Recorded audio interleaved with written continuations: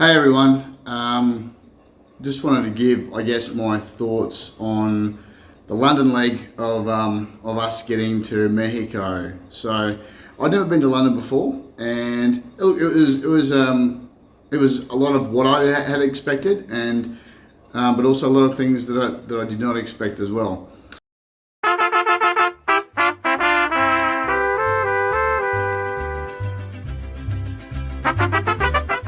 I guess to give it some context, for those of you who are either in America or Asia or even Latin America, when you're a boy from Australia who was born in the 70s, like I was, and you spend a lot of your primary school years, junior, grade 1 to grade 6, watching a lot of BBC. So this was in the 80s, and so we would get a lot of TV from the UK, and so that would shape a lot of your perceptions of what it was. And so, but a lot of the buildings kind of had this really familiar feel to it.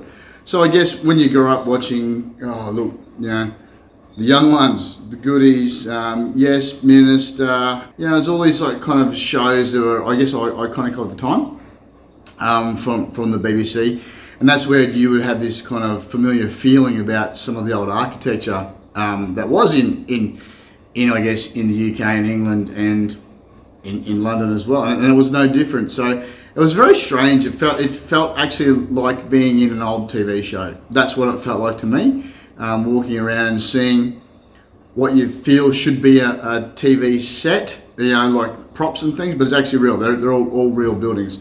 So that was pretty cool. And I guess why would you go to London? I think if you love history and you wanted to sightsee of the things of the history of the UK, then yes, you should go to London.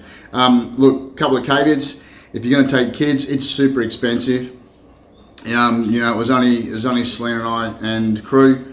We all stayed in one room together. You know what? You're doing 1,000 Australian dollars a day. That's just what it is. So God knows what it'd be if you had an extra couple of kids and you need an extra couple of rooms and it was all this sort of thing.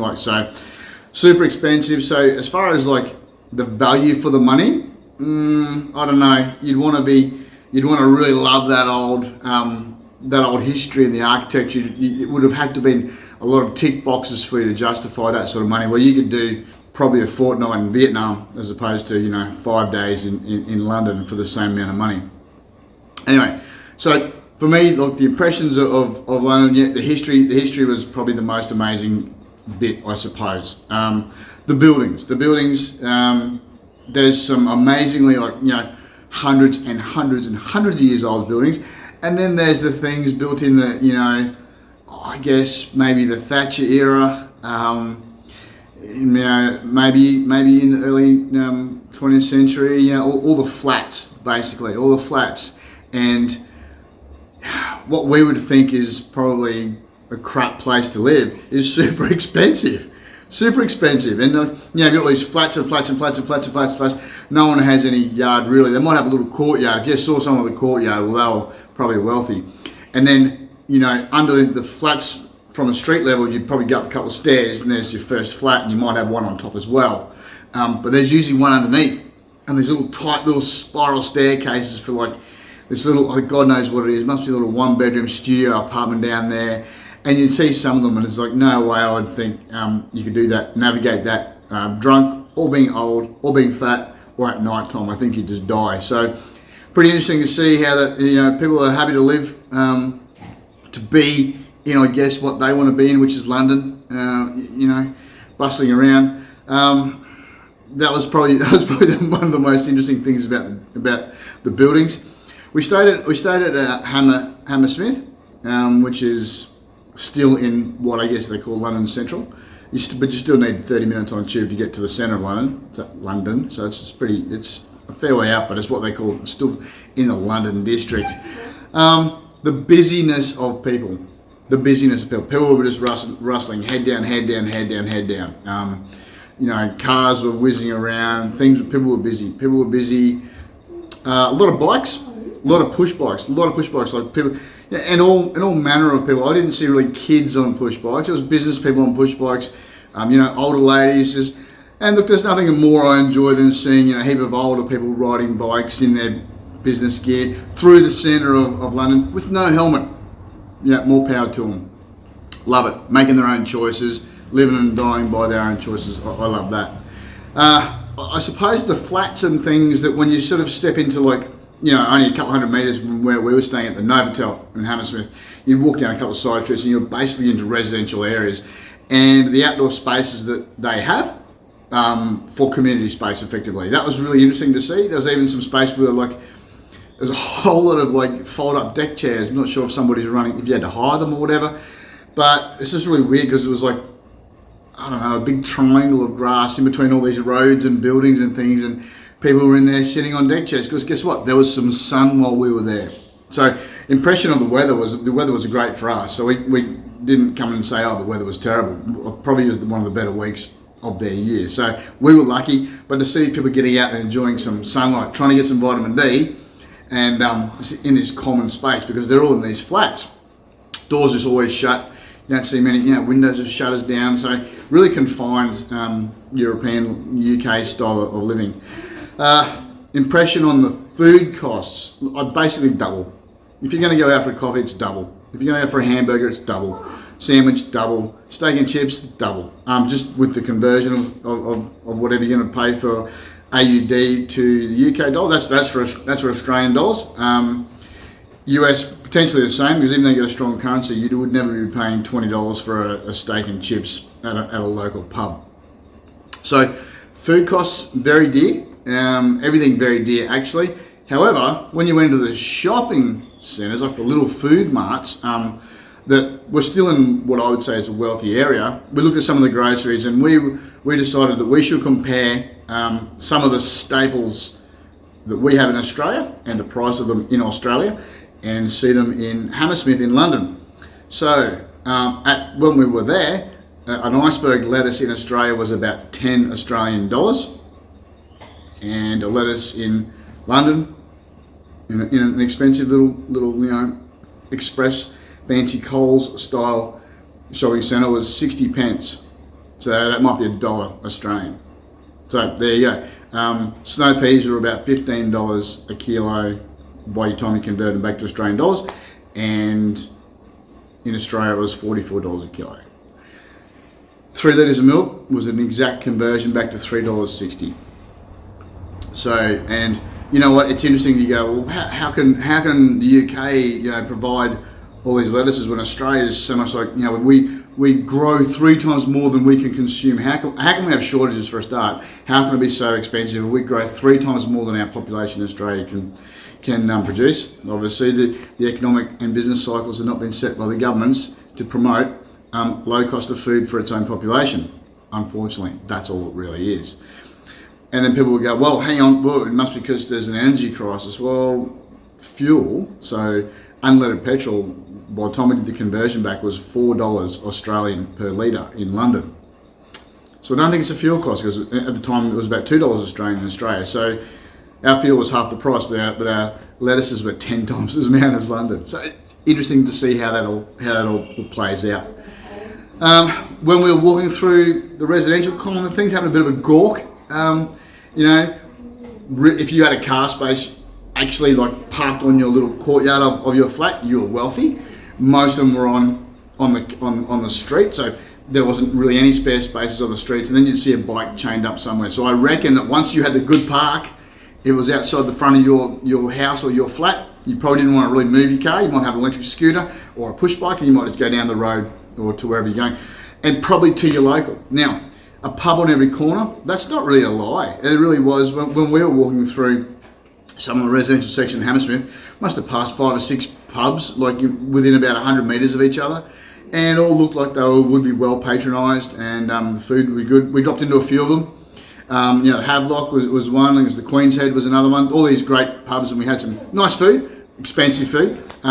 But the old wood grain style, either the wood grain floor or the old wood grain beams and things. I've tried to keep that really old feel. So love to be there. I asked every time whether they were corporates or they were family-owned pubs. Unfortunately, every time it was a corporate. So that's sad for me. Bit of a disappointment. The Tube. the tube made it super easy for us to get wherever we wanted to go. So I think the tube's been voted, best transit centre in a major city in the world numerous times, and I can see why. It was really easy to get around. What we didn't realise was, instead of having some ID kind of thing or going and buying a ticket, you basically just, to go through the turnstile, you've got to tap a Visa card or a MasterCard or an Amex card, tap your card, and that would kind of sign you in where you are, so they know who you are and you're on the transit, by the way, because it's your card. So that's interesting. And then to get wherever you turn off and get off, you tap it again. Once you get to a certain cost for the day, it's all free. I think it was might have been £7 if you like 24 hours. You can just keep going as long as you got to keep the same card. Now here's the issue with kids. You've got to get the kid in front of you and go, because kids were free, right? But they've got to tap with you. So you've got to tap, the gate opens, you've got to quickly shuffle your kid through and you go as well. However, for each adult, you need your own card. So if you're travelling in another country, or if you're from another country and you just wanted one of the couple to hold all the cards, it's not going to work. Each person needs their own card. So that's interesting as well. Just to see, because we could have come unstuck if maybe they didn't take Amex or something, or the card wasn't working. We'd lost our cards. So that was interesting to find that out and then come back to do that as well. But good system. You don't have to buy tickets anymore. So eventually you'll just be able to scan your wrist, or we all know it's coming. Hop on, hop off bus. I would recommend the hop on, hop off bus to go around in comfort, to get taken through different suburbs, going around all different loops, to go past basically most of the big monuments that you would want to see. We saw most of the big monuments, got some photos of them, did the whole tourist thing, things that you would want to see. Big Ben, the Shard. The Shard was amazing, huge, crazy, residential, glass kind of weird structured building that's like $40 million for a 2-bedroom unit. £40 million, I think, was one of the high ones. So that's crazy. I said Big Ben, St James Cathedral, some of these old buildings that have been there for 1,000 years and stuff. That's pretty amazing to see as well. Some of the things that we all know from modern movies. Okay, so that was good too. Like the Big Eye. The Big Eye. You get to see the Big Eye, and that's been used in so many movies that, as a backdrop. Even one of the Marvel movies, or I think Spider-Man's trying to, hold it up from falling over or something. The Big Eye, right? So that was cool to just see that on the hop on, hop off bus. So it's not a bad system. It wasn't really expensive. You get little earphones and they tell you a few things, and you go through some really nice suburbs in the centre, which is all very leafy and stuff. God knows how much it would cost. It's so expensive to live there. It's only the rich, it's only really the wealthy and powerful that are hanging out, I think, in those areas. But you know what? As a regular pleb, you get to drive through and, take photos of where all the rich people live. So that's pretty cool. My other thoughts on the tourist spots. Look, Piccadilly Circus is pretty cool. Like just these buzzy kind of things. Black cabs from London. You do get to see all these things. The hop on hop off bus was red with an open roof. So as far as touristy stuff goes, it is exactly what you think it's going to be, and the feel is pretty cool as well. Look, what else would I say? When we actually had finished doing the tourist stuff and went, okay, what are we going to do? We went into a suburb called Stoke Newington, which took a tube ride for quite a bit. I think it was 40 minutes, and then onto a bus, like a double-decker bus, cheap to get around. That went to a certain area. That walked down. And we met Selena's cousin and his partner. That was really cool. And so their suburb of Stoke Newington is classed in the Greater London region, so it's expensive to live in, but it's not really. It's really the kind of local things.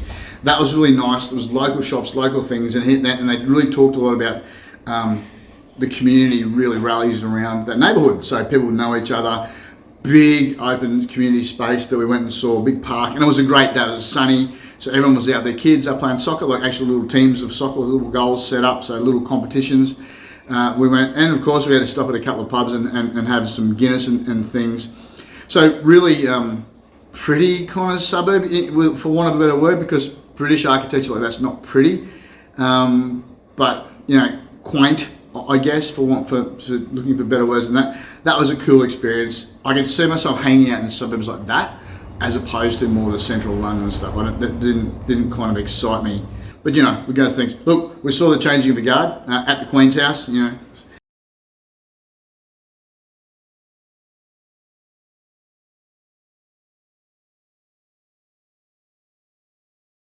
As the person who's won the biggest lottery in the world, being born as the Queen. So that was pretty cool. So we got to tick a fair bit of a box there, and that was pretty. It was a lot of pomp and ceremony. Actually, it wasn't what we thought was changing the guard. They came out. There was like guys on horses with crazy, shiny, old-fashioned, dress armour, little spikes in the head, all that sort of thing. So it was pretty well done. And then the Metro Police there, who are really just confined to this little square, so many kilometres of London, which is basically all of the Queen's land. Most people don't realise that she owns most of London, back through the Queen's Trust. Big ass machine guns hanging around their belly, for all us, monarchy spotters and things like that coming to that. So that was pretty interesting as well.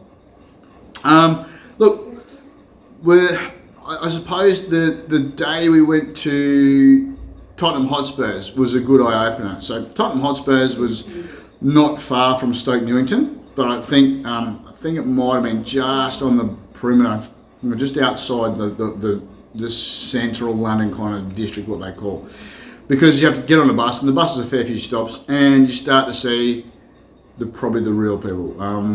You know what? Not living wealthy. Stuff is falling apart. Buildings are crumbling. A lot of graffiti. People look very working class. It's just a good reminder that there's, like most big cities, there's a massive divide. London's full of billionaires, millionaires, mega billionaires. You know what? And because they got a lot of Russian money, a lot of Saudi money, they got a lot of that sort of money in there, and they're open to it. They love it. They love taking money from other countries. They don't care where it has come from, like any big city. And then you come back to the other kind of the real people, which obviously must catch a bus and a train for an hour each day to go and serve the wealthy people in their cafes or whatever they do. So that was pretty interesting as well to go there. Look, some of the things that I would definitely say you should try to do: hop on off bus, yes. Because on the hop on hop off bus, you can hop off and do the Queen's Palace if that's what you want to do. Hyde Park was nice. A lot of statues, a lot of monuments, a lot of things that have got a lot of history to it, and you can see a lot from there as well. But it was just good. It was just good weather for us. Note, guys, if you need to go to the toilet in Hyde Park, you can't. There's turnstile to go to the toilet. No change. It's not for coins. You got to have tap your card. I think it was about I can't remember what it was. A couple of dollars to get me and crew in to do a pee, sort of stuff. So yeah, but I would definitely do those things. The Tottenham Hotspurs tour, if anyone was a soccer fan, that is definitely worth it. That ground is amazing. The engineering that's gone on to being able to basically, on hydraulics, take the top level back of grass, of pitch that's about, I think he said it was about 3 foot. No, yeah, about 3 foot, all slides back, and so then they can put on stages, because Guns N' Roses had been there the 2 nights before, and the stage was still set up. And we're like, oh man, that'll ruin the grass. And they're like, no, the whole top grass pulls back on a big conveyor belt, and that's what, and sometimes they got a second one that comes on with the NFL, so gridiron lines on top as well. So that was pretty interesting. Yeah, got to go in the dressing rooms. Crew was pretty excited about going in there. But no, it was an amazing tour, that Tottenham Hotspurs. So if you're a football / soccer fan, yeah, you should do a few of those things too. Look, there's probably some things. Would I go back? Yes, I would go back. I would definitely do it differently. I would try and chase a few. Maybe just have a bit more planning about what I really wanted to do there. I would prefer to venture out. I'd prefer to be a couple of hours outside of London. I think I'd rather go and see the real people. I don't know if Rick Stein's restaurant was open. I'd love to go to that. I don't know if that's at Cornwall or wherever he is. Selena's got family at Brighton, so we might go and see those things. Pass by Stonehenge, things that we could probably do. However, I've heard you can't actually get really close to Stonehenge. It's sort of, you might as well look at a postcard, which is very disappointing. Pretty excited by Stonehenge, because Stonehenge and one of the Tullamarine temples actually line up with the solstice. So that's, and they never knew each other. So there's some amazing astrology, mythology. It's not mythology, it's astrology and ancient history that you could join up with two parts of the world. And look, getting to London, guys, it's crap. Heathrow Airport's a nightmare. It's crap. People are rude. No one's happy. Everyone hates each other. And that's just really the staff.